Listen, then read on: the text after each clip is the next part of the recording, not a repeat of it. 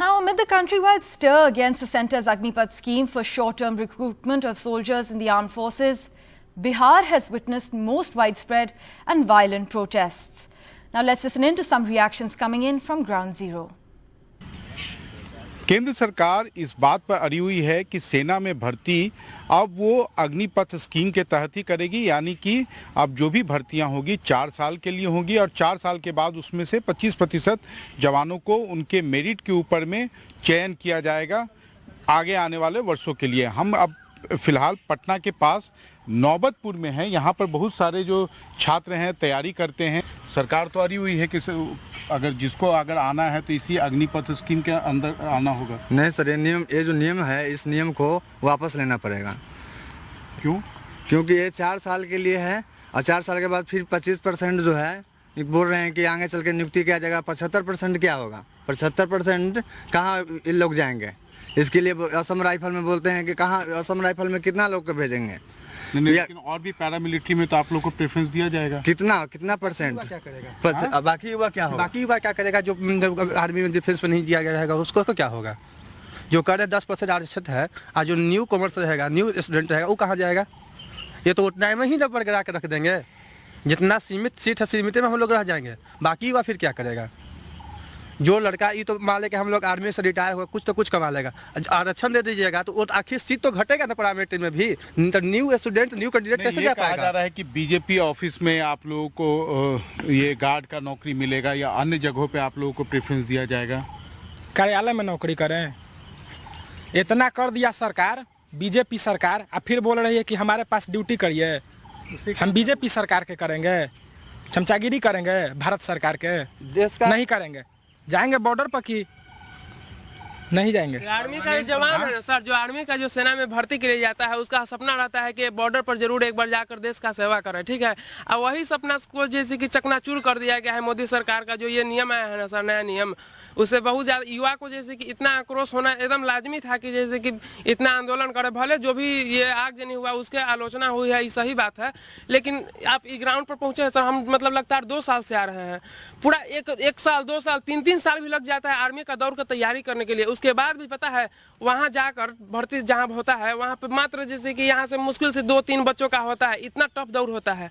और उसके बाद भी जब पूरा प्रक्रिया पार करने के बाद दौर के बाद फिजिकल होता है, मतलब मेडिकल होता है, और वो सब बहुत मुश्किल से, सब जितना बाधा है ना सर बहुत मुश्किल से पार होता है, ठीक है।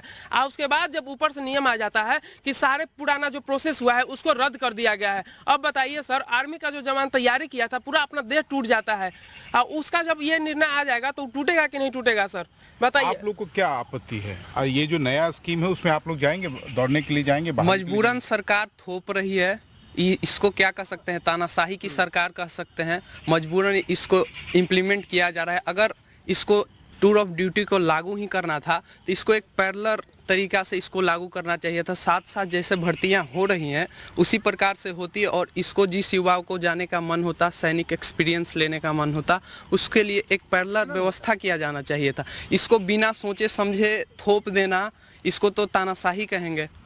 बहुत ही तकलीफ है इस नियम का, हम लोग बहुत विरोध करते हैं। इस नियम से कोई फायदा नहीं होने वाला है, नुकसान होने वाला है। सैनिक का मनोबल टूटेगा, मोरल डाउन होगा, उसके बाद निष्कासित हो जाएंगे जब, तो उनको क्या कहा जाएगा समाज में? निष्कासित वीर हैं, अग्निवीर नहीं, निष्कासित वीर कह के उनको व्यंग करेंगे लोग। तो इस तरीके से आप लोग को क्या लगता है कि आप जाएंगे? अभी जब बहाली होगी तो आप लोग जाएंगे उसमें? देखिए, ये जो टूर ऑफ ड्यूटी आया है, हम एक बार मेहनत करके हार चुके हैं। अभी मेरा फिजिकल मेडिकल सब क्लियर हो चुका था, एग्ज़ाम का इंतज़ार कर रहे थे, और सरकार एकाएक आती है और लगता है जैसे नोटबंदी की तरह आए, कहें कि कल से ही चीज़ लागू हो गया। ये नोटबंदी नहीं है, ये 370 ये नहीं है कि आप आएँ रात को 8 बजे बोलें कि भाइयों एवं मित्रों कल से ये लागू हो रहा है। ये बहुत गलत तरीका है। जितने लोग तैयारी कर चुके हैं, जितने लोग प्रोसेस, एक बार विधायक और नेता के मंत्री के बच्चों को कहिए कि 1600 मीटर 5 मिनट में मार के देखे, यहीं पे गिर जाएगा मर के। कितना मुश्किल होता है रनिंग पास करना, कितना मुश्किल होता है वहाँ पे, मेडिकल इतना टफ होता है।